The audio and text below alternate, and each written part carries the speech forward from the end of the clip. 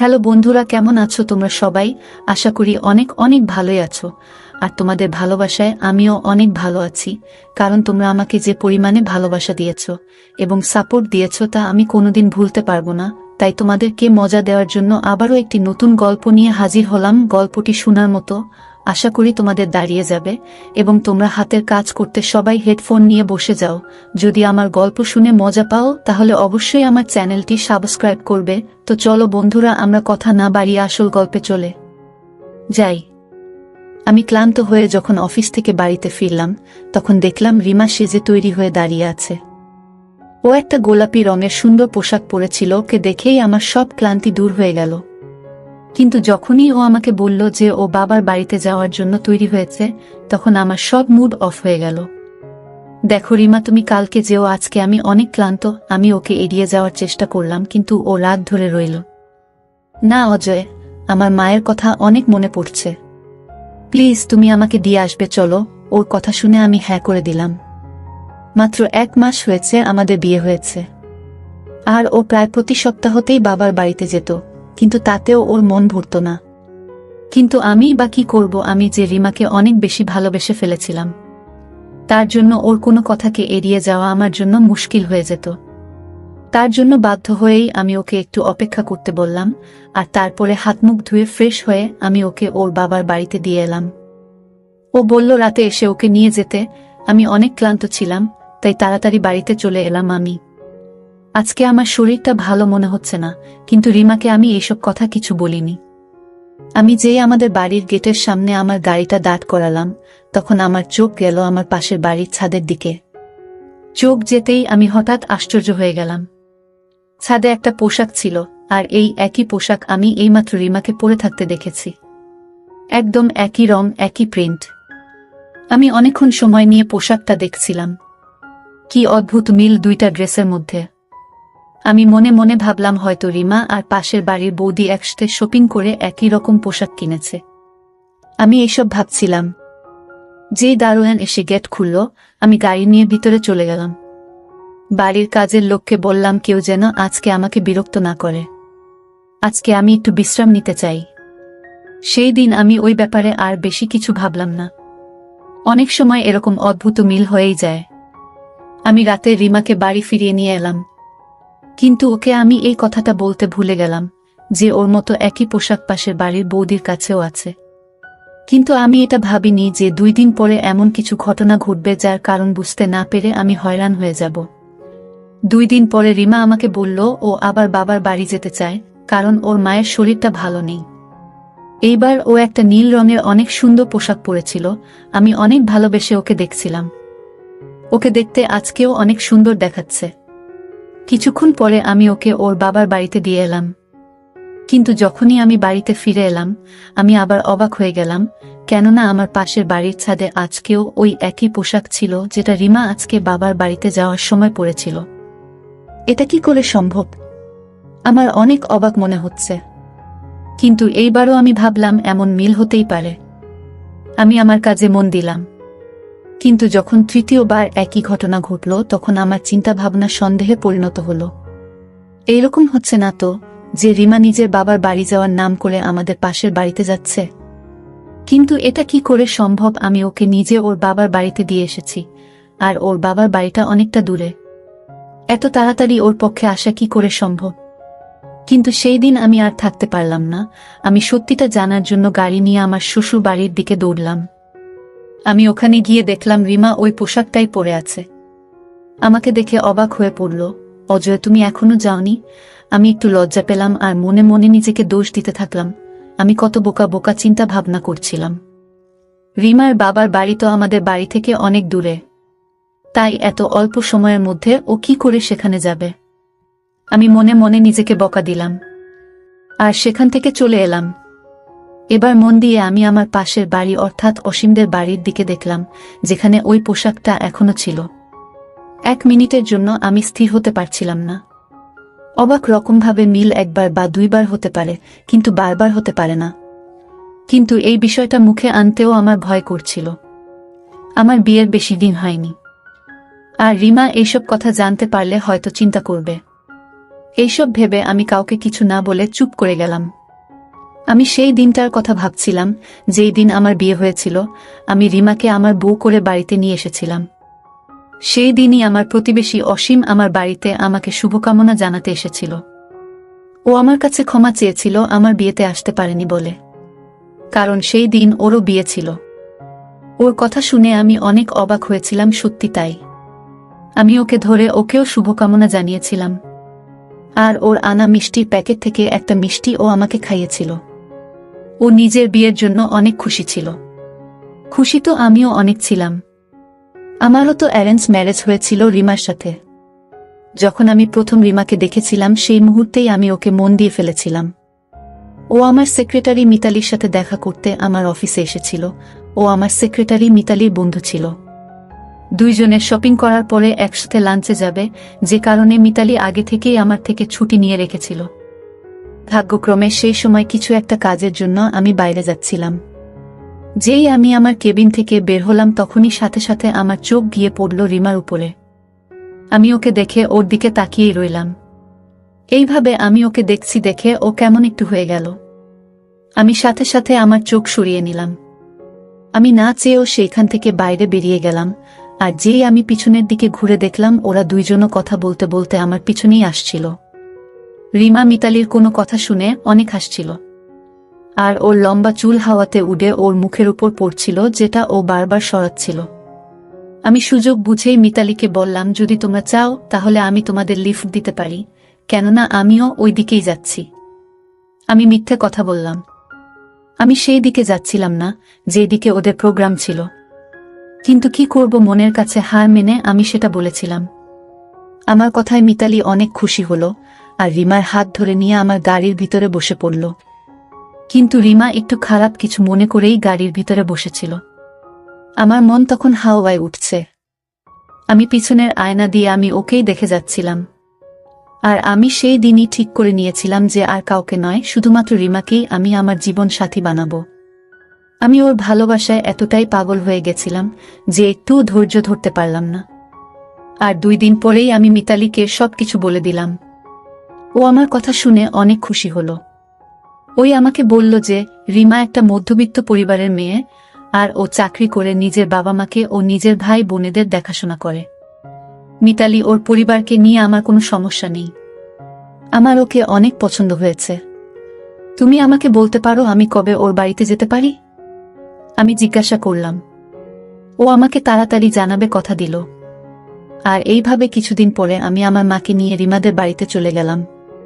ওনারা আমাদের অনেক ভালোভাবে স্বাগতম জানিয়েছিলেন। আর প্রথম দেখাতেই বিয়ে ঠিক হয়ে গেল। আমার তো খুশির সীমা ছিল না। মা ও বিয়ের জিনিসগুলো জোগাড় করতে ব্যস্ত হয়ে গেল। মা আমার সাথে থাকতো না। ওনার নিজের বাড়ি ছাড়া অন্য কোথাও মন বসত না। আমি চাকরি সূত্রে বোম্বেতে থাকতাম। একটা বড় কোম্পানিতে অনেক বড় একটা পোস্টে আমি চাকরি করতাম। আর এই বাড়ি গাড়ি সবই কোম্পানির দেওয়া ছিল।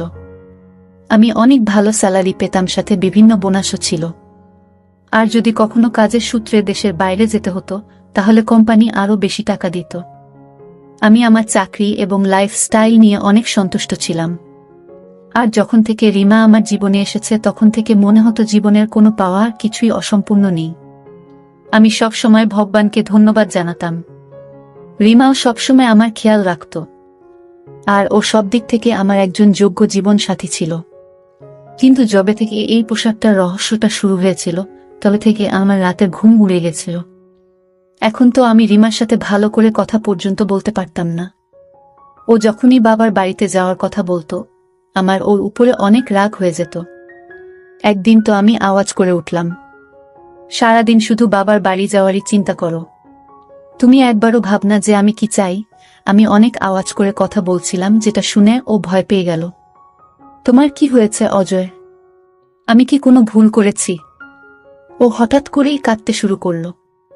আর ওর সুন্দর মুখে এমন ভয় ফুটে উঠল যেন ও কোনো ভূত দেখে নিয়েছে। ওকে এমনভাবে কাঁদতে দেখে আমার মন নরম হয়ে গেল। আর আমি আমার ব্যবহারের জন্য ওর কাছে ক্ষমা চাইলাম। আর কিছুক্ষণ পরে আমি ওকে ওর বাবার বাড়িতে দিয়ে এলাম। কিন্তু আসার সময় সেই একই পোশাক আমি অসীমের বাড়ির ছাদে দেখলাম। এইবার আমার ভয় করতে থাকলো। আমি 2 হাত দিয়ে আমার কানটা ধরলাম, এমন মনে হচ্ছিল যেন কেউ হাতুড়ি দিয়ে আমার মাথায় আঘাত করছে। প্রত্যেকবার সত্যিটা জানার জন্য আমি রিমার বাবার বাড়ি ফেরত যেতাম, আর তারা আমাকে এক অবাক দৃষ্টি নিয়ে দেখত। আর আমি কিছু না কিছু বাহানা বানিয়ে উল্টো পথে আবার বাড়ি ফিরে আসতাম। আমার সাথে কি হচ্ছিল আমি কিছু বুঝতে পারছিলাম না। রিমা আমার উপরে রাগ করতে শুরু করল। আমি সারাদিন কেমন একটা করতাম। অফিসেও সবাই আমার বিরুদ্ধে অভিযোগ করতে থাকলো। আমার এই চাকরিটা চলে গেলে আমার আর কোথাও যাওয়ার থাকবে না, তাই যে করেই হোক আমার মন এবং মাথাকে ঠান্ডা রাখতেই হবে। কিন্তু যার মনে এবং মাথায় সব সময় চিন্তা ঘোরে সে কি করে ঠিক থাকতে পারে? শরীর খারাপের অজুহাত দেখিয়ে আমি অফিস থেকে 2 সপ্তাহের ছুটি নিয়ে নিলাম। এই সময় আমি অনুভব করলাম রিমা কিছু একটা চিন্তার মধ্যে আছে। কখনো কখনো আমার মনে হতো ও রাতে ঘর থেকে বেরিয়ে অন্য কোথাও যেত, আর আমি ঘুম থেকে উঠে ওকে সারা বাড়িতে কোথাও খুঁজে পেতাম না। আর তারপরে আমি যখন ঘরে ফিরতাম দেখতাম ও বিছানায় শুয়ে আছে। একদিন রাতে ওকে আমি ঘুম থেকে জাগিয়ে জিজ্ঞাসা করলাম, রিমা তুমি কোথায় গেছিলে? অজয় তুমি দেখতে পাচ্ছ না? আমি তো ঘুমাচ্ছিলাম। বরং তুমি হয়তো বাইরে থেকে ঘরে এলে। রিমা আমাকে এই সন্দেহের চোখে দেখতে শুরু করছিল। ওর কথা শুনে আমি চুপ হয়ে গেলাম, আর কিছু উত্তর না দিয়ে নিজের জায়গায় শুয়ে পড়লাম। হতে পারে হয়তো আমি কোনো স্বপ্ন দেখছিলাম। ওই দিনের পর থেকে রিমা কেমন যেন আনমনা ছিল। আমি তাকে জিজ্ঞেস করলাম, তোমার কোনো সমস্যা হয়েছে? সে অন্যভাবে আমার দিকে তাকালো আর বলল, অজয় তোমার কি হয়েছে? তুমি মানসিকভাবে সুস্থ আছো বলে আমার মনে হচ্ছে না। ও যখন আমাকে এইভাবে দেখত আমি আমার মাথা ধরে বসে পড়তাম। ও তো ঠিকই বলছে, আমি আজকাল ভুল কথাই তো বলছি। এইবার আমি ঠিক করেছিলাম এই রহস্য আমি জেনেই ছাড়ব। এবার আমি রিমাকে বাবার বাড়িতে দিয়ে আসার পরে দেখলাম প্রত্যেকবারের মতো এবারেও অসীমের ছাদে রিমার পোশাকের মতো হুবহু বেগুনি রঙের পোশাক আছে। কিছু একটা চিন্তা করতে করতে আমি ভিতরে গেলাম আর সোজা সিঁড়ি দিয়ে ছাদে উঠে গেলাম। আমাদের আর অসীমদের ছাদ একদম পাশাপাশি ছিল। আমি একটু এদিক ওদিক দেখে অসীমদের ছাদে চলে গেলাম। তার পোশাকটা হাত দিয়ে দেখলাম। ওটা এখনই পরিষ্কার করে দেওয়া হয়েছিল, ওটা দিয়ে পানি পড়ছিল। আমি পোশাকটা হাত দিয়ে দিলাম, আর অনেক খারাপভাবে পোশাকটাকে দেখছিলাম। আমার শরীরটা রাগে খারাপ হয়ে গেল, কারণ এই বিষয়টা আমাকে অনেক মানসিক কষ্ট দিয়েছে। আমি যেমন ভাবে এসেছিলাম তেমন ভাবেই আবার ফিরে চলে গেলাম, আর তারপরে আমার শ্বশুরবাড়ির দিকে গাড়ি নিয়ে গেলাম। আজ আমাকে সত্যিটা জানতেই হবে। আজ সব রহস্য শেষ করতেই হবে আমাকে। আমি গাড়ি চালিয়ে রিমাদের বাড়িতে গিয়ে পৌঁছলাম, আর দরজায় শব্দ করতেই রিমা এসে দরজা খুলে দিল। ও আমাকে দেখে অবাক হয়নি, কারণ আমি প্রতিবারই ওদের বাড়িতে ফিরে যেতাম। কিন্তু ওকে দেখে আমার পায়ের তলার মাটি সরে গেল, কেননা ওর পোশাকটা মাঝখান থেকে ছেঁড়া ছিল, একদম সেইভাবে যেইভাবে আমি সেই পোশাকটা ছিঁড়েছিলাম। এইসব দেখে আমি জ্ঞান হারিয়ে ফেললাম, আর রাগের বসে রিমার শরীরে একটা মার দিলাম। ও এই মারের জন্য তৈরি ছিল না, তাই মার খেয়ে মাটিতে মাথা ঘুরে পড়ে গেল, আর আওয়াজ করে সবাইকে ডাকতে থাকল, মা, বাবা, ভাই। ওর আওয়াজ শুনে সবাই দৌড়ে এল। আমার চোখের সামনে সব অন্ধকার দেখছে। আমি ওর হাত ধরতে থাকলাম, চলো আমার সাথে। আমিও আওয়াজ করতে থাকলাম, কি হয়েছে তোমার, তুমি এমন করছো কেন? আমার শ্বশুর শাশুড়ি অবাক হতভম্ব হয়ে আমাকে জিজ্ঞেস করতে থাকলো। আমার নিঃশ্বাস পড়ছিল অনেক। আমি তাদের বলতে থাকলাম, আপনারা এসব নিজেদের মেয়েকে জিজ্ঞেস করছেন না কেন? কাকে বোকা বানাচ্ছে ও? আমার শ্বশুর আমার হাত ধরে নরমভাবে আমাকে জিজ্ঞেস করল, কিন্তু অজয় ও কি করেছে এমন?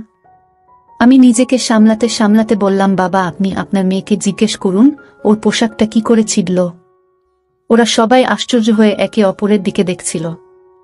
ওরা সবাই একসাথে বলে উঠল, ওর পোশাকটা তো এইমাত্র আসার সময় গেটের সাথে মিশে ছিঁড়ে গেছে। রিমা এখনো মাটিতে বসে কেঁদেই চলেছিল। এটা হতে পারে না, আপনারা সবাই রিমার সাথে মিলে আছেন, ওর মিথ্যা কথার সাথে দিচ্ছেন। আমার মাথায় আর কাজ করছিল না। আমি রিমাকে ধরে নিয়ে বাইরে নিয়ে এলাম। ওর মা বাবা আমাকে অনেক অনুরোধ করতে থাকলো, কিন্তু আমার কানে কারো কথা পৌঁছচ্ছিল না। সারা রাস্তা সীমা কাঁদছিল, কিন্তু এখন আমার ওর উপরে একটুও দয়া হচ্ছিল না। বাড়ি পৌঁছে আমি ওর চুলগুলো ধরে ওকে জিজ্ঞাসা করলাম, বল অসীমের সাথে তোমার কি সম্পর্ক? ও আওয়াজ করে বলল, অজয় তুমি এসব কি বলছো? কিন্তু আমার ওর উপরে এখন কোনো ভরসা হচ্ছিল না। আমার কথা শুনে ওর চোখ মুখ কেমন একটা হয়ে গেছিল। এইসব কি পাগলামি করছো অজয়? তুমি এসব ভুলভালো কি করে ভাবতে পারো? ও আওয়াজ করছিল, কিন্তু এখন ওর কথার কোনো দাম ছিল না আমার কাছে। ও বারবার অস্বীকার করছিল। রাগে আমার মাথা ঠিক ছিল না। আমি ওকে বললাম, যদি তুমি সব সত্যি কথা বলে দাও তাহলে আমি তোমাকে কিছু বলবো না, শুধু একবার স্বীকার করো। আমার মনে হচ্ছিল আমার মাথার শিরা সব নষ্ট হয়ে যাবে, কিন্তু তখনই আমি দেখলাম সেখানে পুলিশ এসে গেল। তাদের মধ্যে একজন মহিলা কনস্টেবল এসে রিমাকে আমার হাত থেকে ছাড়িয়ে নিল আর ওকে সোফায় বসিয়ে দিল। ওর বয়ান নেওয়া শুরু করল। তখন আমাকে হাত কড়া পরিয়ে দেওয়া হলো। আমি আওয়াজ করে বললাম, এসব কি হচ্ছে? ওই পুলিশ ইন্সপেক্টর হেসে বলল, সে তো আপনি থানায় গেলেই বুঝতে পারবেন। আর আমাকে নিয়ে পুলিশের গাড়িতে তুলল। যখন আমাকে পুলিশের গাড়িতে করে নিয়ে যাওয়া হচ্ছিল তখন স্পষ্ট রিমার কণ্ঠ আমার কানে আসছিল। আমার স্বামী পাগল। প্রথম দিন থেকে এ পাগলামি করে চলেছে। রিমা পুলিশদের এসব কথা বলছিল। আমি আমার নিজের কানকে বিশ্বাস করতে পারছিলাম না। রিমা যাকে আমি আমার মন প্রাণ দিয়ে চেয়েছিলাম, সে এসব কি বলছে? জেলের ভিতর আজ আমার দ্বিতীয় দিন ছিল, আর রিমা আমার কোনো খবর পর্যন্ত নেয়নি। রিমা যেসব কথা পুলিশদের বলেছিল সেসব কথা আমার একটু বিশ্বাস হচ্ছিল না। যে আমি নাকি পাগল, আমার নাকি পাগলামির রোগ আছে, তাই জন্য আমি ওর উপর অত্যাচার করি। ও বলছিল ওই কথা কখনো ওর বাবা মাকে বলেনি। ওর বাবা মা সব নিজের চোখে দেখেছে। আর সব থেকে অবাক করা ব্যাপার এটা ছিল যে ওই দিন রাতে অসীম পুলিশকে ফোন করেছিল, যে আমার পাশের বাড়ির ছেলে ছিল, আর যার কারণে এসব সমস্যা শুরু হয়েছিল। আমি কোনো কিছু ভেবে কুল কিনারা পাচ্ছিলাম না। এসব কি ছিল কিছু বুঝতে পারছিলাম না। রিমা আমার বিরুদ্ধে কেস ফাইল করেছিল, আর জানি না কত কি দোষ দিয়েছিল। আমার বাবা মা অনেক চেষ্টা করছিল, কিন্তু আমার জামিন হচ্ছিল না। মামলা অনুসারে আমার মেডিকেল চেকআপ হওয়ার কথা, আর রিপোর্ট আসার পরেই আমার জামিন হতে পারে। আর 2 দিন পরে যখন মনোরোগ বিশেষজ্ঞ আমাকে প্রশ্ন করলেন, তখন আমি তাকে সব ঘটনা খুলে বললাম, যেটা শুনে তিনিও আমার দিকে এমনভাবে দেখছিলেন যেন সত্যিই আমি কোনো পাগল। আর ওনার এইভাবে তাকানোতে আমি হঠাৎ রেগে উঠলাম, আর রেগে গিয়ে ওনাকে জিজ্ঞেস করলাম, আপনার কি মনে হয় আমি সত্যি সত্যি পাগল? উনি আমাকে বোঝাতে থাকলেন, দেখুন মিস্টার অজয়, আপনি যে ঘটনাটা বলছেন সেটা অবাস্তবা পোশাকে অদ্ভুত মিল একবার কিংবা 2 বার হতে পারে, বারবার নয়। উনি খুব শান্তভাবে আমাকে বোঝাচ্ছিলেন, কিন্তু রাগে আমার শরীর গরম হয়ে যাচ্ছিল। ডাক্তারবাবু, আমি সেটাই তো বলছি, এটা হঠাৎ করে কোনো অদ্ভুত রকমের মিল ছিল না। আমি নিজেকে ঠিক রাখতে পারছিলাম না। ডাক্তার আমাকে শান্ত করার জন্য আমার হ্যাঁ তে হ্যাঁ মেলালেন, কিন্তু তিনি তার রিপোর্টে আমাকে মানসিক রোগী বলে লিখে দিলেন, যার ফলস্বরূপ জাজ আমাকে 2 মাসের জন্য মেন্টাল হসপিটালে পাঠিয়ে দিলেন। আমি চিৎকার করে বলতে থাকলাম, আমি পাগল নই। কিন্তু তাতে কারোর কিছু যায় আসে না। সবাই আমাকে দয়ার চোখে দেখতে থাকে। হাসপাতালে চারিদিকে আমাকে শুনতে হতো, ছেলেটা কত সুন্দর দেখতে, একটা ছেলে কিভাবে পাগল হয়ে গেল কে জানে। একটা নার্স আর একটা নার্সকে বলছিল, যখন আমি সত্যিই পাগলের মতো বোকা হয়ে বসেছিলাম। এই 2 মাসে আমার সাথে যা যা ঘটেছিল তা আমার বোঝার বাইরে ছিল। হয়তো আমি সত্যিই পাগল হয়ে গেছিলাম। পাগলা গার্ডে আমার থাকা 1 সপ্তাহ হয়ে গেছিল, তখন আমার সাথে কেউ দেখা করতে এলো। দেখা করার ঘরে গিয়ে তখন আমি দাঁড়ালাম, তখন আমি দেখলাম অসীম আর রিমা এসেছে আমার সাথে দেখা করতে। ওদেরকে একসাথে দেখে আমার কেমন একটা মনে হলো। তোমরা 2 জন একসাথে? আমি শুধু এটুকুই বললাম। হ্যাঁ অজয়, আমরা 2 জন একসাথে এই জন্য এসেছি যাতে আমরা তোমাকে তোমার অন্যায়টা বলতে পারি। অসীম একটু হাসল। হঠাৎ করে আমাকে জিজ্ঞেস করল, মিতাকে তোমার মনে আছে? আমি আশ্চর্য হয়ে বললাম, কে মিতা? হ্যাঁ, তাই তো, তোমার আর কি করে মনে থাকবে? কেননা তুমি কলেজ থেকে ইউনিভার্সিটি পর্যন্ত না জানি কত মেয়েকে নিজের ভালোবাসার জালে ফাঁসিয়েছ। তাদের মধ্যে একজন মিতাও ছিল, যে আমার ছোট বোন ছিল। আরও অন্য মেয়েদের থেকে অনেক আলাদা ছিল, অনেক নরম মনের ছিল। আর তোমার টাইম পাসকে ও সত্যিকারের ভালোবাসা ভেবে নিয়েছিল। আর তুমি ওকে বিয়ে করবে না বলেছিলে। তুমি ওকে বলেছিলে তুমি শুধু ওকে নিজের বন্ধু মনে করার কিছু নয়। তখন ওই সহজ সরল মেয়েটা ছাদ থেকে লাফ দিয়ে নিজের জীবন শেষ করে দেওয়ার চেষ্টা করেছিল, যেটাতে ও বেঁচে তো গেছে কিন্তু সারা জীবনের জন্য অচল হয়ে গেছে। আর এখনো পর্যন্ত ও শুধু ওষুধের ভরসাতেই বেঁচে আছে। আমি যখনই আমার বোনকে এই অবস্থায় দেখতাম তখন সেই মানুষটার উপরে আমার অনেক ঘৃণা হতো। তারপর একদিন মিতার ডায়েরিটা আমি পেলাম, যেখানে তোমার ব্যাপারে সবকিছু লেখা ছিল। আর সেই দিনই এর প্রতিশোধ নেওয়ার সিদ্ধান্ত নিলাম। আমি তোমার সবকিছু শেষ করে দিতে চেয়েছিলাম। সব থেকে প্রথমে আমি তোমার বাড়ির পাশে নিজের বাড়ি কিনলাম। আর তারপর রিমা, যে আমার অফিসে কাজ করত একটা ছোট পোস্টে, অনেক কষ্টে সংসারের খরচ চালাতো, কিন্তু ওকে দেখতে অনেক সুন্দর ছিল, তার জন্য অনেক টাকার বিনিময়ে আমি রিমাকে এইসব নাটক করতে বললাম। আর আমার আনন্দ ধরছিল না যখন প্রথম দেখাতেই তুমি রিমাকে পছন্দ করে নিয়েছিলে। আমি জানতাম যে তুমি রিমার মতো সুন্দরী মেয়েকে কখনো এড়িয়ে যেতে পারবে না, আর তুমি রিমাকে বিয়ে করে নিলে। তারপর আমি যে প্ল্যানটা বানিয়েছিলাম সেটা কাজে দিতে শুরু করে দিলাম। প্রথমে তো তুমি অনেকদিন পর্যন্ত আমার বাড়ির দিকে তাকাওনি, কিন্তু একদিন তোমার চোখ আমার ছাদের দিকে পড়েই গেল। আর সেটাই হলো তোমার জীবন শেষের কারণ। আর এটাই শুধু নয়, আমি রিমাকে এমন কিছু ওষুধ দিয়েছিলাম যাতে তুমি অনেক সহজে মাথা গরম হয়ে যাও, আর তোমাকে সবাই পাগল মনে করে। এই কথাগুলো বলার সময় ওকে অনেক খুশি মনে হচ্ছিল, আর ওর মুখে হাসি ছিল, কিন্তু রিমা চুপচাপ দাঁড়িয়েছিল। আস্তে আস্তে আমার সব মনে পড়ল।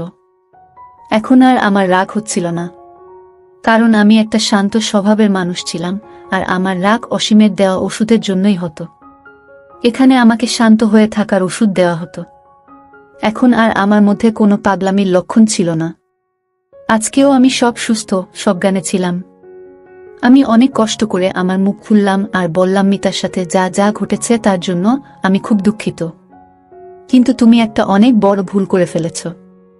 মিতা আর আমি ক্লাসমেট ছিলাম, কিন্তু মিতা যে অজয়কে ভালোবাসত সে আমাদের থেকে সিনিয়র ক্লাসে পড়ত। আমার তো কখনো মিতার সাথে হাই হ্যালো পর্যন্ত হয়নি। ওকে সব সময় ফাইনাল ইয়ারের অজয়ের সাথে দেখা যেত, যে একটা বড়লোক বাবার ছেলে ছিল, আর প্রত্যেক দিন একটা করে নতুন মেয়েকে নিজের জালে ফাঁসাতো। মিতা কেন ইউনিভার্সিটি আসা বন্ধ করে দিয়েছিল আমি তার ব্যাপারে কিছু জানতাম না। আমি শুধু আমার পড়াশোনা নিয়ে ব্যস্ত থাকতাম। আর যখন তুমি মিতার ডায়েরিতে অজয় নামটা দেখলে, তখন দুর্ভাগ্যবশত ওর ক্লাসে যে অজয় ছিল সেটা আমি ছিলাম। তুমি শুধু ওর ক্লাসের কথা ভেবে আমাকে সন্দেহ করলে যে আমি সেই ছেলে অজয়, আর এসে গেলে আমার জীবনটা শেষ করতে। কমপক্ষে একবার কাউকে জিজ্ঞেস তো করে নিতে পারতে যে মিতার সাথে কোনো ছেলেটা থাকতো। এত ঝড় সামলে আমার শরীরের অবস্থা ভালো ছিল না। আমি সেই অন্যায়ের শাস্তি পেয়েছিলাম যেটা আমি করিনি। আমার কাহিনী শুনে অসীম ও রিমা অবাক হয়ে গেছিল, ওদের মুখগুলো দেখার মতো ছিল না। কিন্তু আমি সন্তুষ্ট ছিলাম যে আমি কোনো অন্যায় করিনি। সেদিন ওরা দুইজন চলে গেল। তার 2 দিন পরে আমাকে ছেড়ে দেওয়া হলো। অসীম, রিমা নিজেদের দোষ স্বীকার করে নিয়েছিল। যখন আমি এটা জানতে পারলাম তখন তাড়াতাড়ি আমার উকিলের সাথে কথা বললাম। ওদেরকে ক্ষমা করে দিলাম। আমি জানতাম ওরা অপরাধ করেছে, কিন্তু রিমা অভাবে পড়ে এমন কাজ করতে বাধ্য হয়েছে। ও নিজের অসুস্থ বাবার ওষুধের খরচ ও ঘরের খরচ চালাতে পারছিল না, আর অসীমের মাথায় প্রতিশোধের রাগ ছিল, তাই এ কাজ করেছিল। আমি আমার বাড়িতে ফিরে এলাম, কিন্তু এসে অবাক হয়ে উঠলাম যখন দেখলাম রিমা আমার জন্য অপেক্ষা করছে। রিমা, তুমি এখানে? হ্যাঁ অজয়, আমি তোমার অপরাধী, আমাকে ক্ষমা করে দাও। আর তোমার মনে যদি আমার জন্য একটুও জায়গা থাকে তাহলে তোমার জীবন থেকে আমাকে বের করে দিও না। আমি তোমাকে ভালোবেসে ফেলেছি অজয়। তোমার মতো মানুষ আমি আজ পর্যন্ত আমার জীবনে দেখিনি। আমি তোমাকে হারাতে চাই না। ও কাঁদতে কাঁদতে আমার পায়ে পড়ল। ওর সারা শরীর কেমন একটা করছিল। আমি ওকে হাজার ঘৃণা করার চেষ্টা করি, কিন্তু ওর এক ফোঁটা চোখের পানি আমার মনকে নরম করে দিত। ও এখনো আমার মনের মানুষ ছিল। আমি ওকে হাত ধরে উঠালাম, ওর চোখ মুছিয়ে দিলাম। রিমা, তুমি যদি সত্যিই তোমার কাজের জন্য অনুতপ্ত হও তাহলে আমি তোমাকে ক্ষমা করে দিলাম, কিন্তু এটা মনে রেখো আমিও একজন মানুষ, হয়তো সব সময় ক্ষমা করতে পারবো না। আমার কথা শুনে ও কেঁদে উঠল। এটা ওর অনুশোচনার চোখের জল ছিল। এর মানে রিমা সত্যিই আমাকে ভালোবাসে। আমার মান সম্মান ফেরত দেওয়ার জন্য আমি সৃষ্টিকর্তাকে ধন্যবাদ জানালাম। তা না হলে একটা ভুল বোঝাবুঝির কারণে আমার সারা জীবনটা নষ্ট হয়ে যেত। এই জন্য বড়রা সবসময় বলে, কোনো কাজ করার আগে ভালোভাবে ভেবেচিন্তে করা উচিত। বন্ধুরা, আজকের ভিডিওটা এখানেই শেষ করলাম। অনেক কষ্ট করে ভিডিওটি আপনাদের জন্য বানিয়েছি।